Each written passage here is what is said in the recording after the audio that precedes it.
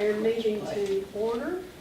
And Mr. Coley, if you would indicate that all commissioners are present except for Commissioner Smalley. He is out of town. He will not be here. The first thing on our agenda is approval of minutes from April 18th. I'll need a motion in a second. So moved. All right, second. Commissioner Rescue. All in favor say aye. Aye. Aye. Minutes have been approved. We have several resolutions today that are related to our fiscal year 2020 budget, so I'm going to recognize Gabe to get us started. Yes. Commissioners, as you recall, last month at our workshop, we discussed our fiscal year 2020 budget and gave you an overview of what that looks like next year. Today, you're going to be asked to look at 3 separate resolutions approving the appropriations and commitment authority for this year's budget and next year's budget. And you will vote on each of those resolutions separately after the presentations are finished. I've asked Chris Hood, our comptroller, to present this year's appropriations and budget status, where we're at status-wise. And then once he's finished, Mark Walker, our CFO, will present next year's budget and fiscal year and bond appropriations for your vote. Thank you, Mr. Bolus. Good afternoon, Commissioners. Today, before Mr. Walker presents the FY20 budget for your approval, I'd like to provide you with some highlights from our current fiscal year. This is also the place in which we would traditionally ask for any additional budget appropriations or commitment authority for the current fiscal year. I'm glad to say that today we will not be asking for any additional authorizations. So with that, let's begin with some highlights. We are set to finish up the current year at $11.5 million under budget. As you know, we budget separately for each of our operating divisions. Each of those divisions are set to finish under appropriations. One thing that we've talked to this board about a lot is the weather impact of this year. We're seeing that in our electric division on our operation and maintenance expenses. We're currently, through 10 months, about 20 inches of rainfall out of normal. So once again, all the things that we've already talked about, and we'll see a little bit later in electric. From a capital perspective, we've got our normal array of Century 2 projects, along with that TDOT road projects, and this year we've got several projects on our own KUB facilities at the Hoskins and Fleming centers. Debt issues, this year we issued debt earlier than normal. We had some attractive interest rate environments in which we wanted to capitalize on those while they were available. That actually resulted in additional principal and interest payments this year, but over the long term of the debt, significant savings. And then finally, 3 of our 4 operating divisions are set to finish the year with sales in excess of budgeted amounts. The one detractor there being our electric division. Okay, a little bit of navigation on this slide before we start. If you see a positive amount, that means we are under budget by that amount. If you see a negative amount, we are over budget by that amount. Let's start out with energy costs. This is just a breakout of our expenses. Energy cost represents about half of our budget. This year we're set to finish about $5.5 million under budget for energy purchases. As you know, we purchased our electric from TVA this year. Of the $4.7 million that we're set to be under, about $0.9 million of that represents volume purchases. The remainder actually represents that we have been able to purchase under the rate that we had originally budgeted from TVA. On the gas side, a little different there. That represents a release of capacity back to the pipeline, creating an economic benefit for us for our gas division. In total, once again, about $5.5 million variance positive there for energy costs. O&M, you can see directly in our electric division the impact of the weather events on our system. The majority of that represents overtime in our electric division. And then on the wastewater division, we're actually over budget there as well. A little bit different story on water. I think I said wastewater, excuse me. Water division, we are under budget or over budget. The difference there was 2 large claims on our water division.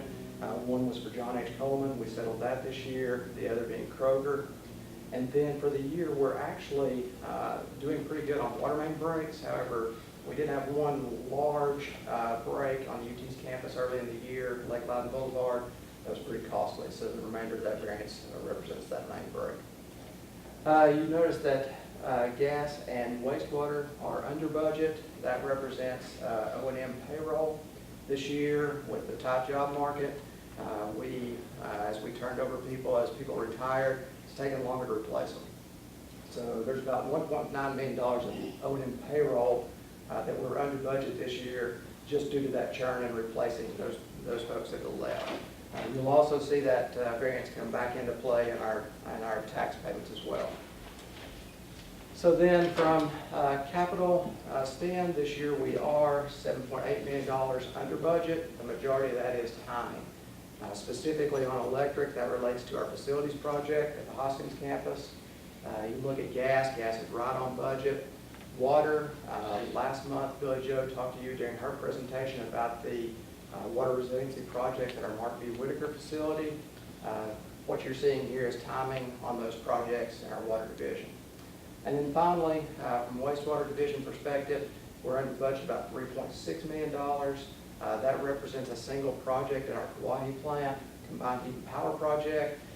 We had that project set to bid early in the year. Bids came back about twice what we had budgeted. So based on the economic benefits of that, we elected to forego that project. That project was budgeted for $3.7 million. So really, that's our entire budget variance in wastewater. Like I said, on these capital projects, a lot of this is timing. You will see it come back into play in FY20 as we catch up on some of those projects. Debt service, I mentioned we issued early. You've got about $300,000 of additional interest income for the months that we issued early. And then when the debt came back, the way it was stacked up, there were higher principal payments in the early years of that debt. So there's $900,000 that we paid in additional principal this year on that debt issue. And then finally, taxes and equivalents. I mentioned that O&M payroll was down. What you're seeing here is payroll taxes or your taxes and equivalents. In total, from an expense perspective, we are set to be about $11.5 million under budget. Chris, before you leave that slide, you said the wastewater capital project, you decided to forego that project Yes. Completely. It's going to be replaced with something else, or? We had that project scheduled. It's not a plant project, it's a project more on the utility side of the plant. Okay. So it is something that we can either do or not do, and it's not going to impact the actual plant itself. So at this time, we do not plan to replace that project. That could change if the economics change. Okay. Yeah, the economics simply did not support going forward with Okay. that project. All right. Yeah. One other question for you, Chris. When we had the issues with the gas pipeline, that ended up not affecting our numbers there. Is that correct? I would say where you're going to see that maybe somewhat in our sales numbers on the gas side versus necessarily our expenses. We had some of our larger customers curtailed, that type of thing. Okay. So I'm going to move on to the next slide. Really what we're looking at here, this is just a total net cash position at the end of the year. So we've already looked at our energy costs. We've already looked at our other expenditures. What we're doing is bringing in our sales revenue on this chart and also our other revenues.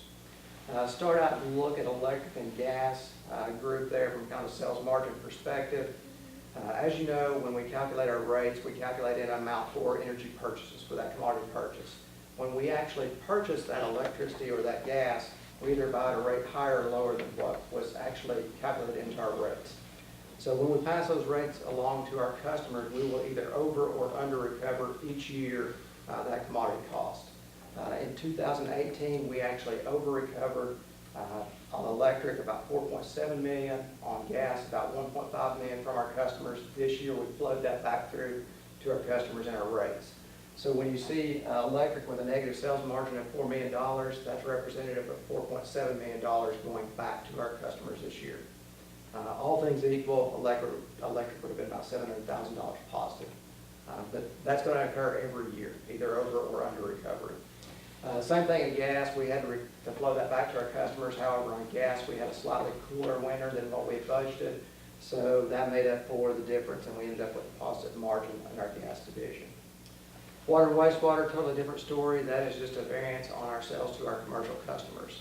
Commercial revenues came in higher than we had anticipated. Finally, on the other revenue, two items going on there. You've got interest income with rising rates throughout the year that came in about $2.4 million over the 4 divisions, in excess of what we had budgeted.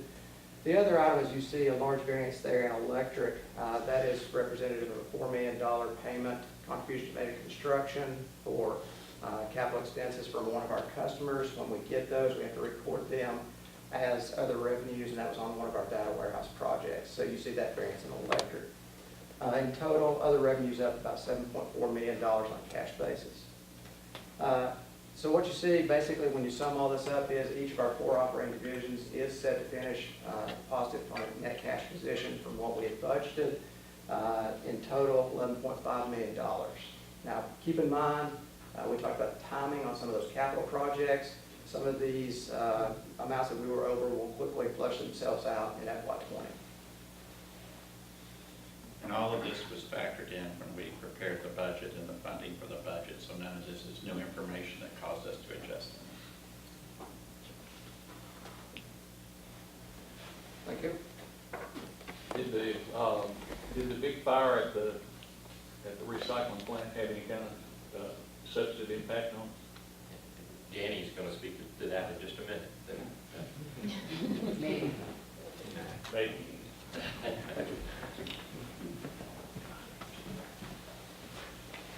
Commissioners, we are presenting today, formally presenting to you our proposed budget appropriations for fiscal year 2020. That is for all 4 utility systems combined. We're also asking for your approval for $63 million in new bonds to help fund capital budgets for the electric and water and wastewater systems for the upcoming fiscal year. And then finally, we'll also be asking for your approval for commitment appropriations for next fiscal year. Allows us to enter into the contracts that commit KUB to cash expenditures beyond June 30, 2020. So we'll get started. The proposed budget in total is $964 million for all 4 utility systems combined. We do believe that at that level it does fund the programs and services that allow KUB to continue to provide safe, reliable, and affordable services for both current and future KUB customers. At $964 million, it is relatively flat to our current fiscal year performance, what Chris just reviewed for you. We're actually up about $1.8 million, and that's 0.1% over our current year spending, so hence relatively flat. The budget does include $211 million in various capital investments in our utility systems. Some of those notable investments are $105 million for our Century 2 infrastructure programs, $15 million for grid modernization. That includes the final year of deployment of the advanced meters for the electric, gas, and water systems, which we're certainly excited about completing that part of the project. Other notable investments, $20 million for 2 water plant resiliency projects as part of that initiative, and then $19 million for the biologically enhanced high rate clarification project at Kauai. Again, as you know, the final project under the consent decree. $63 million in new bonds. I just mentioned that. That's $17 million for electric, $26 million for water, and $20 million for wastewater to help fund those respective capital budgets. And then, Commissioners, also as part of the funding, you'll recall, back in 2017, the board did approve 3 years of annual rate increases for each utility system. The last of those increases goes into effect during the upcoming fiscal year. And just as a reminder, from a residential perspective, $1.50 will be added to each residential electric customer's monthly bill. That'll occur in November, start in November. 75 cents for each residential gas customer's monthly bill. That also starts in November. For water, for the average residential water customer, $1.50 added to the bill. That starts in August. And then for wastewater, $3 to the average residential wastewater customer's monthly bill. That also starts in August. Now, those increases that will go into effect for water, wastewater, gas, and electric, they'll also impact our commercial and industrial customers, their monthly bills. The ultimate impact will be depending upon their particular rate classification and also the amount of their monthly usage, but their bills will be adjusting up as well. And that's a high-level overview of the proposed budget. This chart shows it by major cost component and also by system. And again, at the end of my presentation, you'll be asked to approve an appropriation for each of the 4 systems. That does include $613 million for electric, $122 million for gas, $91 million for water, and $138 million for wastewater. Now, I do want to draw your attention to the fact that we did have a minor adjustment in our proposed budget from what we discussed with the board at the April workshop. and that we increased the gas capital budget by $2 million, from $26.8 million to $28.8 million. Subsequent to our workshop discussion, we did identify another potential or another growth, strategic growth opportunity for the natural gas system. So we did add $2 million to the gas capital budget for that. That increased that $2 million, and this was 962.3, and April is now 964.3, just so we're all on the same page about that. And then if you'll recall at the April meeting, I pretty much discussed the budget from a utility system perspective. Today I'm going to pivot and take a little bit of a different perspective and talk about it from the major cost components. And we'll begin by showing a comparison of the proposed budget to the current year by major cost component. Again, I mentioned previously, up 1.8 million, that's 0.1%, just to show you quickly how the major cost components differ. If you look at wholesale energy, it is up $5.3 million, which is a very small percent compared to the total forecast or the total spend for the current fiscal year. TVA rates a little bit higher than they were this time last year. We also have some increased demand for electric and gas customers due to growth, and that drives up our wholesale cost budget slightly. So up only $5.3 million. O&M, our operation and maintenance expenditures to help support our 4 utility systems, it is up $3.9 million over our current year's spend. That's really due solely to labor-related expenses. We have built into our budget a 3.5% average wage growth for over 1,000 full-time employees. And we also have about 10 more full-time employees in the budget compared to what we actually had for this year. Mr. Hood mentioned that when we have some resignations over the course of the year, it takes a while to fill those positions. Well, those are savings for the current year, but once we get those filled, it drives part of the increase in fiscal year 20. Capital is actually down $13 million. That's a function of the engineering building that is nearing completion. The Hoskins campus on Middlebrook Pike, and we're excited about that as well. But the majority of the spend for the engineering building, which totals about $14 million for its whole project, has occurred during the current fiscal year. And so we're going to have a slight drop in capital spend in FY20, and that's the reason why. Debt service is at $3.1 million. That's a function of the new bonds. We'll have some debt service associated with the new $63 million in debt, and that drives that increase. And then finally, the in lieu of tax payments and federal payroll taxes combined is up about $2.9 million fiscal year.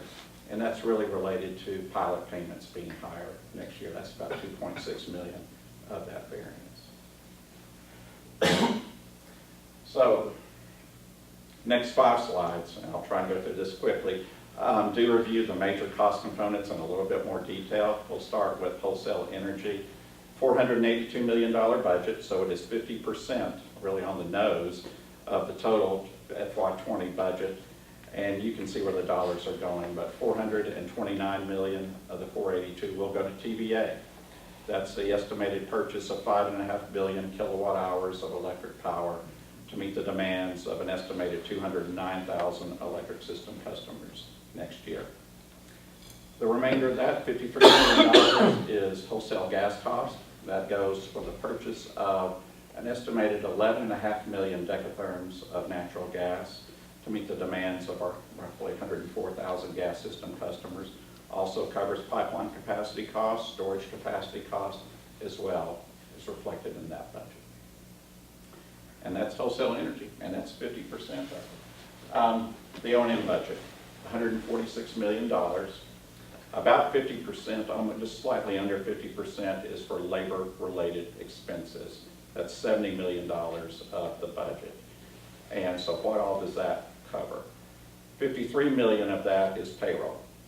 The O&M portion of payroll. There is a capital portion of payroll that's embedded in the capital budget, but about 60–70% of our total payroll is reflected in O&M. So that's $53 million of that. $10 million is for medical costs, health benefits for our employees as well as part of that. And then $6 million is for post-employment benefits. That is $2.7 million. That is a required contribution to our pension trust fund based upon last year's actuarial valuation of pension. $300,000 is a required contribution to our Post-Employment Healthcare Trust Fund, or the OPEB Trust Fund, also a result of last year's actuarial valuation. And then $2.7 million is 401k matching contribution. So, other pieces of the O&M pie, if you want to call it that, $42 million is for payments to various contractors who perform work on behalf of KUB, typically supporting maintenance programs for us. The big ticket item there is $10.5 million, rounded up to $11 million on the slide, for vegetation management to help ensure the reliability of our electrical distribution system. And then the last major segment is materials and other costs at $34 million. Some of the big ticket items there are $8.5 million for utility costs. That's primarily electric power to run our water and wastewater treatment plants. $3 million for chemicals and $5 million for materials to help support system maintenance. And that's our O&M budget. On utilities, are we paying ourselves? Yes, that would show up in revenue. I bet myself how long it would take before I needed to take my first drink of water.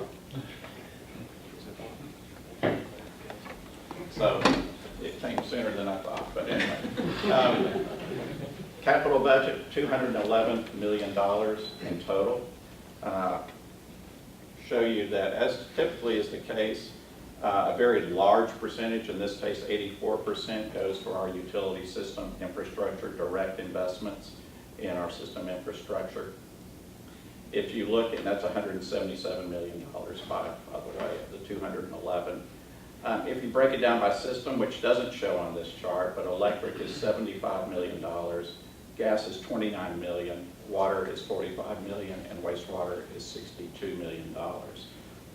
Some of the notable electric system projects that are included in the budget, you can see listed there, but I think it's $9 million for the upgrade to 3 electric substations during the upcoming fiscal year, $5 million for the replacement of 1,900 poles, and $11 million for the upgrade to 17 miles of high voltage transmission lines. Those are some of the big items for electric. For gas, we actually have 18 miles of gas pipe projects. 15 miles is replacing distribution steel main. 3 miles is new plastic pipe to go into the ground to help improve the resiliency of our gas distribution system. You may recall John Gresham gave a presentation on that last month explaining all the details behind those pipe projects. Also in the gas budget is actually $11 million for system growth. And in addition to providing facilities for I think adding 1,200 new customers, we have a number of strategic projects, strategic main extensions to accommodate future growth. One of those I alluded to at the beginning when we added $2 million to the gas capital budget. We have projects in the western portion of our service territory, northwest, also in the southern portion of our gas service territory that helps accommodate future growth. We also have dollars in there for our new Home on the Main gas incentive growth program that we'll talk to the board about in some detail a little bit later in 2019. Water, $11 million to replace 15 miles of water main. Some other notable water projects are really the 2 water plant resiliency projects. One is the final year of installing the emergency generators at MBW, and then we have the filter project also at MBW. And then finally for wastewater, we have $26 million to replace 20 miles of wastewater main as part of our ongoing collection system improvement program. And then we have $19 million for the BHRC project at Kauai. And that's the capital budget. Debt. Excuse me. $86 million total debt service budget. That includes $44 million in interest payments on outstanding bonds, $42 million in principal payments on outstanding debt. We will end this fiscal year, begin next fiscal year, with $1,140 million in outstanding bonds, principal bonds. We're proposing to issue 63 million new bonds. We'll pay off 42, so we've got a net increase of 21 million. So we'll end next year with $1,160 million in outstanding debt. And then the pie chart on the left, you can see how that breaks down by system. Naturally, wastewater would have the highest amount since we have the highest amount of outstanding debt at over $500 million in the wastewater system. That's $35 million in the proposed budget. Electric 26, water 14 million, and gas 11 million. And the final major cost component of the budget is our combination of federal payroll taxes and in lieu of tax payments to the taxing jurisdictions in which our utility systems are located. In total, that's just a hair under $40 million. 34.1 million of that is for in lieu of tax payments. And you can see the breakdown on that. 21.7 million of that will go to the city of Knoxville, 11.4 million to Knox County, and about $1 million to the other taxing jurisdictions combined. That is an increase of 2.9 million over what we're paying this year. About $1.5 million of that, about 1.6 million of that increase will go to the city of Knoxville. And then the final component is the federal payroll taxes that we are obviously required to remit to the federal government based upon our share of the FICA, the Social Security Medicare cost on behalf of our employees.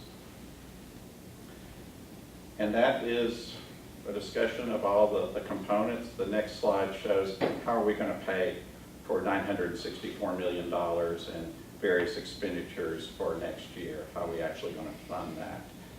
We are projecting through all of our systems combined through rates and other sources to generate $867 million in total system revenue in FY20. That $867 million will fund our wholesale energy costs, our O&M costs, our debt service, our taxes and tax equivalents. It will also fund $114 million of our capital investment program. The pie on the right shows how the remainder of the capital budget will be funded: $63 million in bonds and $34 million in general fund cash that we'll have on hand to begin the fiscal year. A portion of our general fund cash will help fund that capital budget. So if you're doing the math and say, how do you get to $964 million? You take that, you add 63 to it, you get 930, and then you add the general fund cash, 34, and you get to the 964 million. And that's how the budget would be funded. And we'll spend a few minutes talking about debt. Commissioners, as you know, debt in the form of long-term revenue bonds is a key component of our funding plans for each of our 4 utility systems, in particular the Century 2 programs for each of our systems. And we continue that in the upcoming fiscal year, a proposal to issue up to $63 million in bonds, 17 million electric, 26 million water, 20 million for wastewater. We have budgeted an interest rate of 4% for those bonds. Based on current market conditions, we think we can do a lot better than that, so we are moving quickly to get the bonds to market. So if we get your approval today, we'll go to City Council sometime in mid-June and then hopefully sell by late June or early July and be able to take advantage of the low interest rates and do a lot better than 4%. The bonds will all mature over a period of 30 years. So the final maturity date for each series of bonds will be 2049. So it is out there quite a ways. The bonds are secured solely by the issuing system's revenues.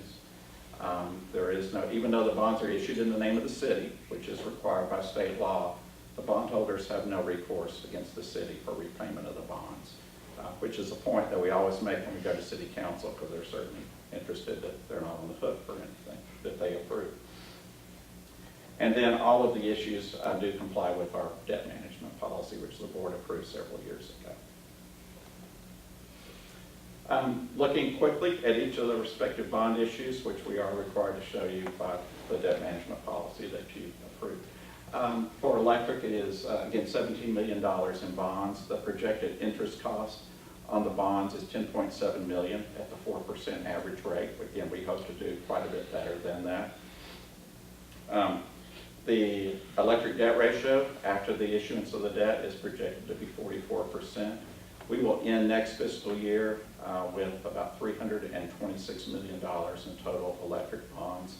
That does translate to a 44% debt ratio. That is in line with our current target range for electric system debt.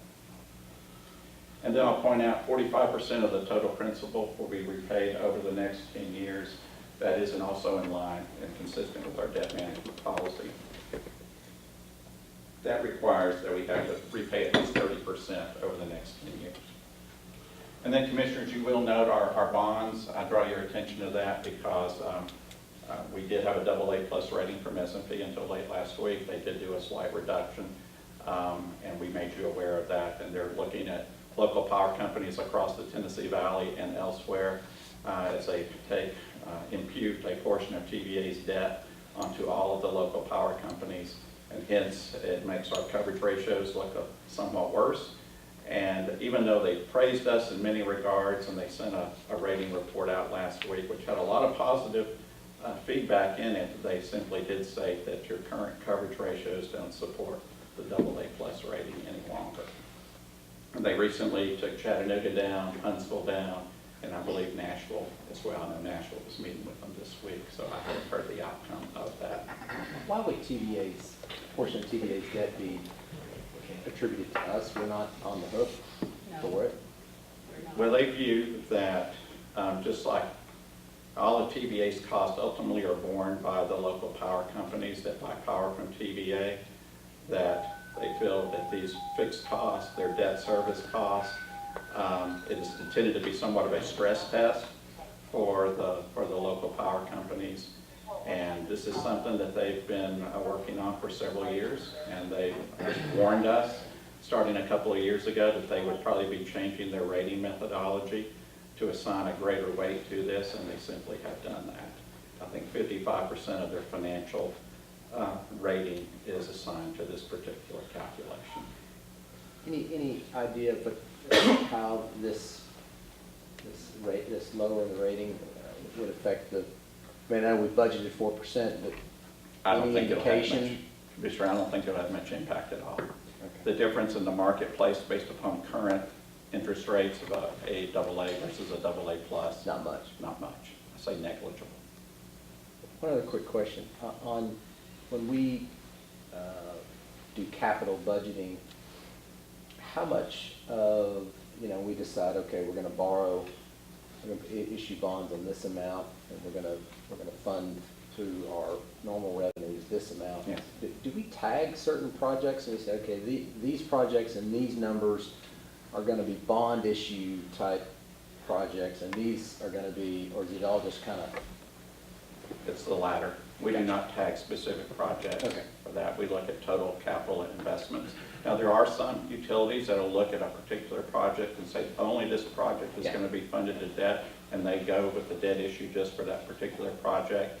Since state law allows us to fund all capital investments with the use of debt, now we have to look at the average useful life and make certain certifications on that, but the majority of our assets that are funded have, we talked about that before, relatively long useful lives, so that's really not an issue for us, but we do not tag specific projects. No. Thank you. Mark, what is the assumed proposed bond amount that it's put on all of the years moving forward? On this, Yeah.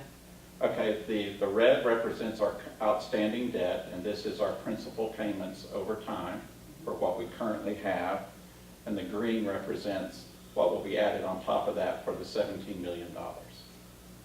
Oh, okay, gotcha. Yeah, it will have, I think maybe I neglected to say this, but basically it'll have a levelized payback structure over 30 years. So essentially you see, except for the first year because of timing, it's roughly the same amount each year. So much like a home mortgage, you have the same monthly payment and the same payment over time unless the escrow gets adjusted. That doesn't apply here. But basically we got the same amount that we'll pay. The principal and interest differs as time goes on each year, but it's the same amount each year for 30 years.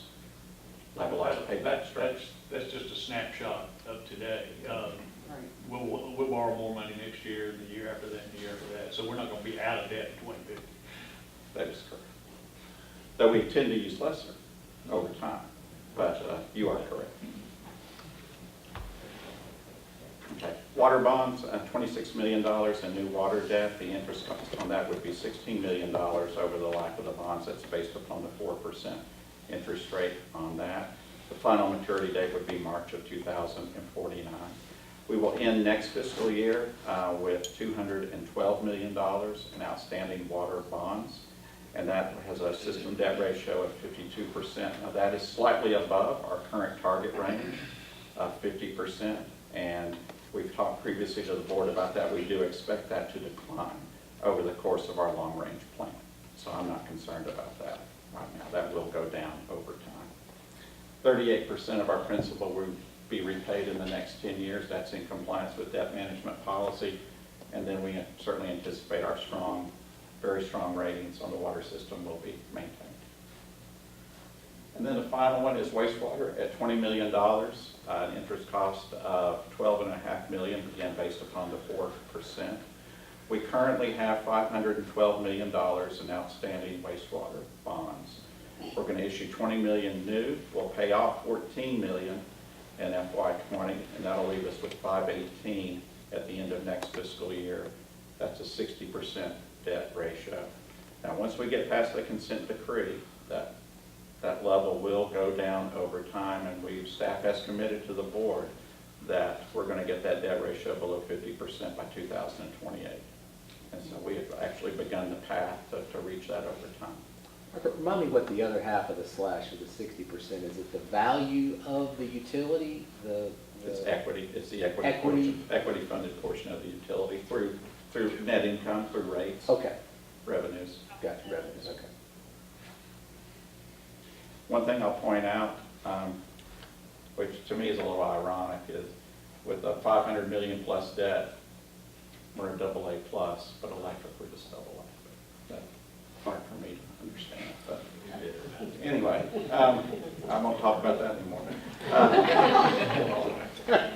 Estimated cost of issuance for the bonds, this is the professional fees that we are estimated to incur as a result of selling $63 million in debt, $345,000 total. That's about 1/2%, so 50 basis points.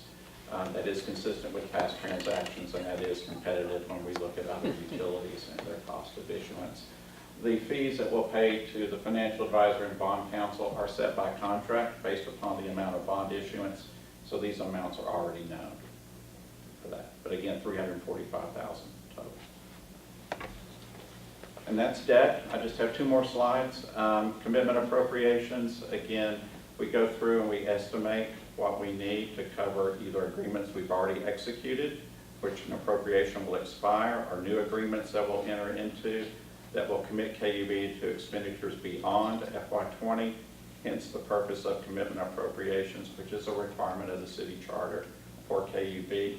We're projecting or asking for a total of $139.3 million.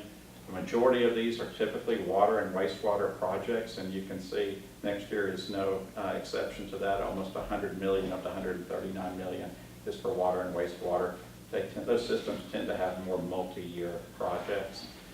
And if you look at a list of some of the broad categories of projects that support the commitment appropriations, you see water, wastewater. This is the plant filter project. This is, even though we don't say it here, the BEHRC project at Kawaki. Then we have several categories of main replacement as well.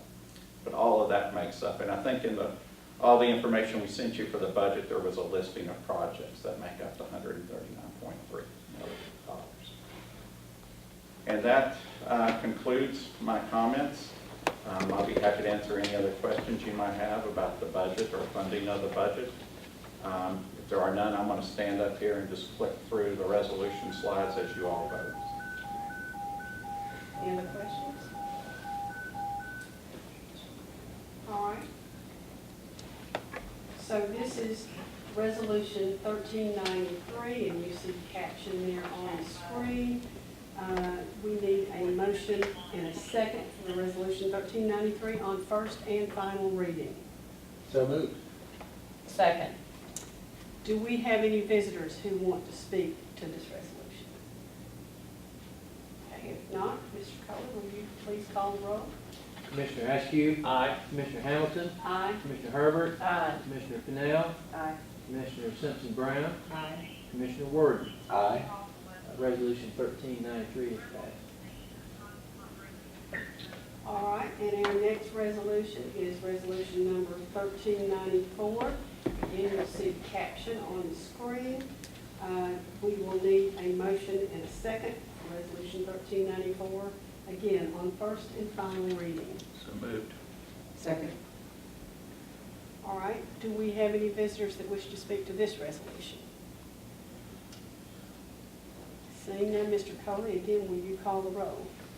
Commissioner Askew. Aye. Mr. Hamilton. Aye. Mr. Herbert. Aye. Mr. Cannell. Aye. Mr. Brown. Aye. Simpson Brown, excuse me. Commissioner Ward. Aye. Resolution 1394 is passed. All right, and the next is resolution 1395. Once again, the caption is on the screen. We need a motion and a second for resolution number 1395 on first and final reading. Second. Do we have any visitors who would wish to speak on this resolution? All right, seeing none, Mr. Coley, would you please call the roll? Commissioner Ward. Aye. Commissioner Simpson Brown. Aye. Mr. Cannell. Aye. Commissioner Herbert. Aye. Commissioner Hamilton. Aye. Mr. Askew. Aye. Resolution 1395 is passed. Mr. Coley's just keeping us on our heels. He is. Didn't want us to get into a comfort zone. Right. That put me in. Good work.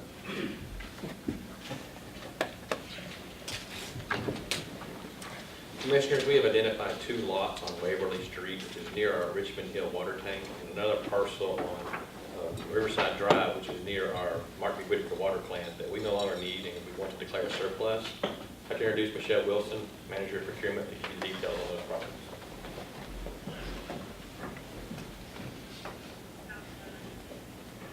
Thank you, Mr. Bolus, and good afternoon, Commissioners. I am here today to provide information for you for 2 resolutions. Well, you'll consider 2 water division parcels we have identified as surplus real property. The first one is on Waverly Street. It's about 1/3 of an acre. KUB acquired that parcel as part of a road project that we did close to our Mark B. Whitaker water treatment plant. That project is complete, and part of an agreement with the city of Knoxville, we are committed to transfer that parcel back to the city upon successful passage of the resolution this afternoon. As you can see, the parcel is at the corner of Waverly Street and Primrose. Oh, excuse me, this is, I'm sorry, I got them out of order. You're right, I'm sorry. The Waverly Street property is located in the West Lonsdale area of our service area territory, east of 640, but south of Western Avenue. Very close proximity to the Richmond Hill water tank. We acquired this parcel as a transfer from the city of Knoxville when we acquired this larger parcel to the north. As you can see, this is in a residential area. We identified that the small footprint, it's about 0.15 acres, would be attractive to other residential customers in that area, and we're asking for your approval to declare that surplus property. This would not be transferred. This would be sold in accordance with KUB's procurement guidelines and state law and made eligible for public sale. Sorry now that we're back on track. The Riverside Drive property is at the corner of Birdsong and Riverside Drive in close proximity to our Mark B. Whitaker water plant. And as I said before, it was acquired as part of a roadway project that is now complete, and we are committed to transfer that back to the city. You can see it's a very small footprint right here. So our water plant is here. This was the road project that we completed to create the turnaround at Mohawk. So they had to have an access point to get to the plant, and so they had to increase the footprint of the right-of-way at the corner of that property. So we bought the parcel to complete that project. Now we're finished, and we would like to transfer that back to the city. So it's about Resolution 1396 and 97 is up for your consideration. All right. We need a motion and a second on resolution 1396, authorizing and approving the sale of certain surplus real property of the Water Division of KUB located at 2401 Waverly Street and in close proximity to KUB's Richmond Hill water tank on Richmond Avenue in Knoxville, Tennessee. We need a motion, and this will be first and final reading. So moved. So moved. Second. Do we have any visitors who wish to speak on this resolution? Seeing none, Mr. Coley, will you please call the roll? Yes, Commissioner Askew, Aye. Mr. Hamilton, Aye. Mr. Herbert, Aye. Mr. Pennell, Aye. Mr. Simpson Brown, Aye. Commissioner Ward. Aye. Resolution 1396 is passed. All right, next is Resolution 1397, authorizing and approving the transfer to the City of Knoxville of certain surplus real property of the Water Division of KUB located at 2226 Riverside Drive in Knoxville, Tennessee.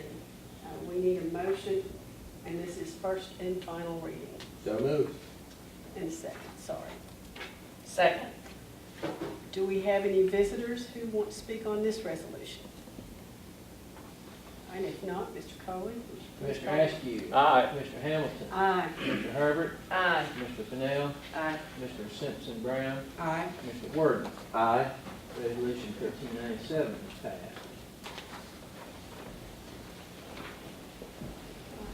Gary? Yes.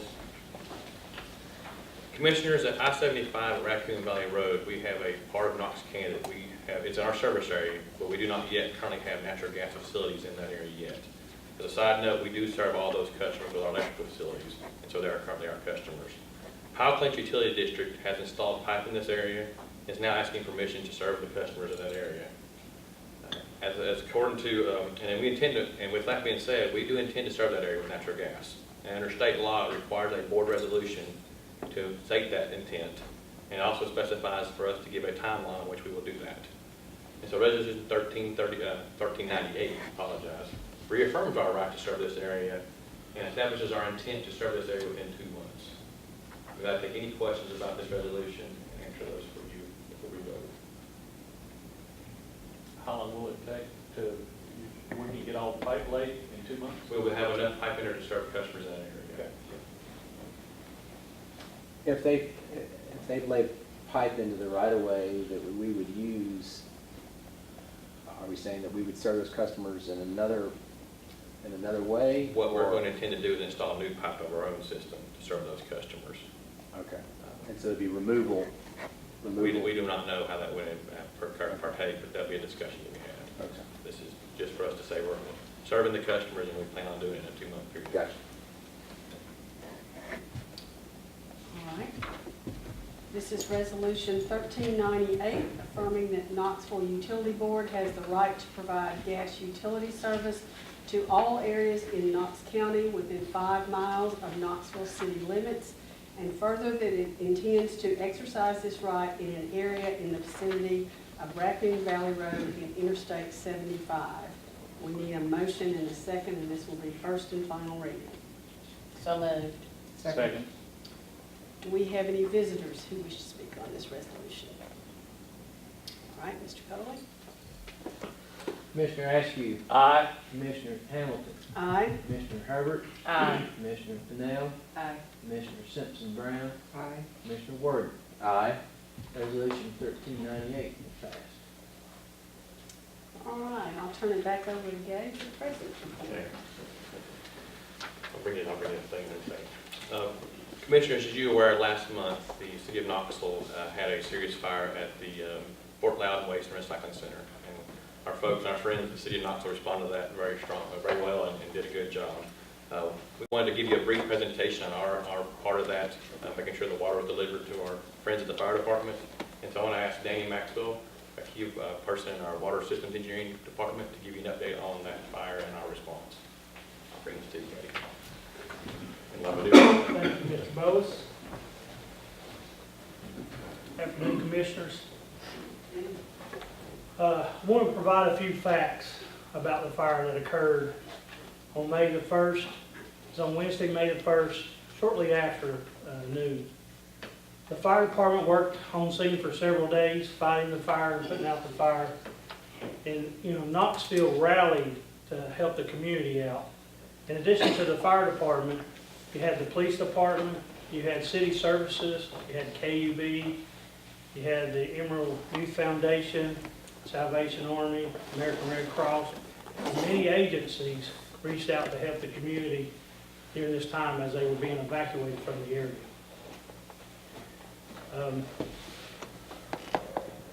Overall, 7.6 million gallons was used to put out the fire, and that happened about over 2 days. And our water plant production increased by 25%. So normally our water produces about 35 million gallons a day, but during this fire, production peaked at about 41.3 million gallons. As you can see in this photo, the firemen are putting water on the fire there. In addition to having the water to put on the fire, KUB stayed in close communication with the fire department throughout this event. We responded quickly and shut off the gas and the electric to that site. As you can see in this photo, one of our line crews are out there working on site, supporting the fire department. I was in close communication with our engineering operations folks, and one of the things KUB did to support the firemen on site was we increased our discharge pressure at the water plant. We also operated the system in order to maximize the flow and pressure to that site. And KUB had responders on site supporting the fire department 24/7 throughout this event. When I arrived on site, I talked to Chief Faddis, Sonny Parton from the Fire Marshal's office, and Chief Palmer's representatives there.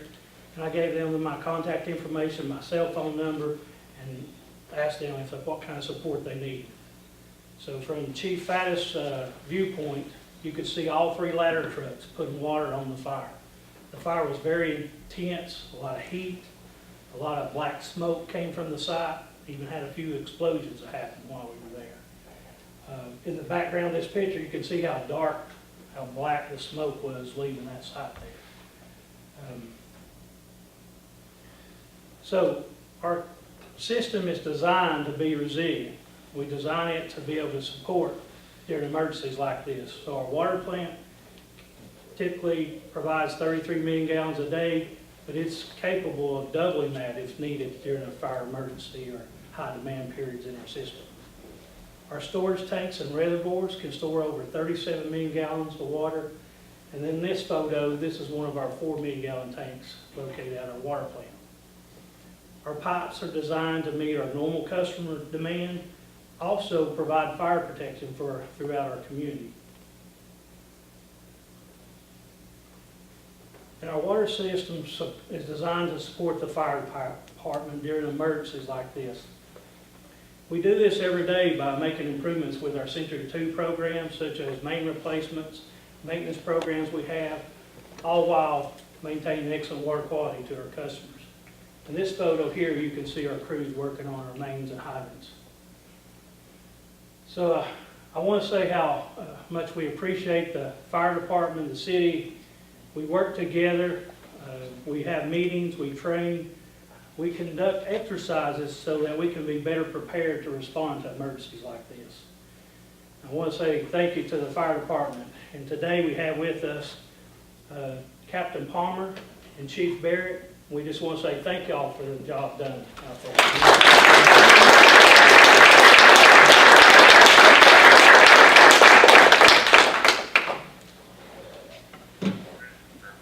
Thank you, and again, thank you for having that excellent coordination. It's a tough job, and I think all of us here on the board are proud that we can be a part of making sure that things happen as they should in a situation like that.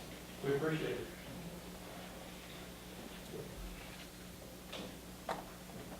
We are now going to hear from members of the public who wish to address the board.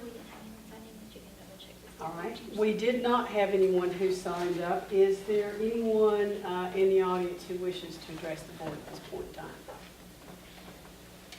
All right.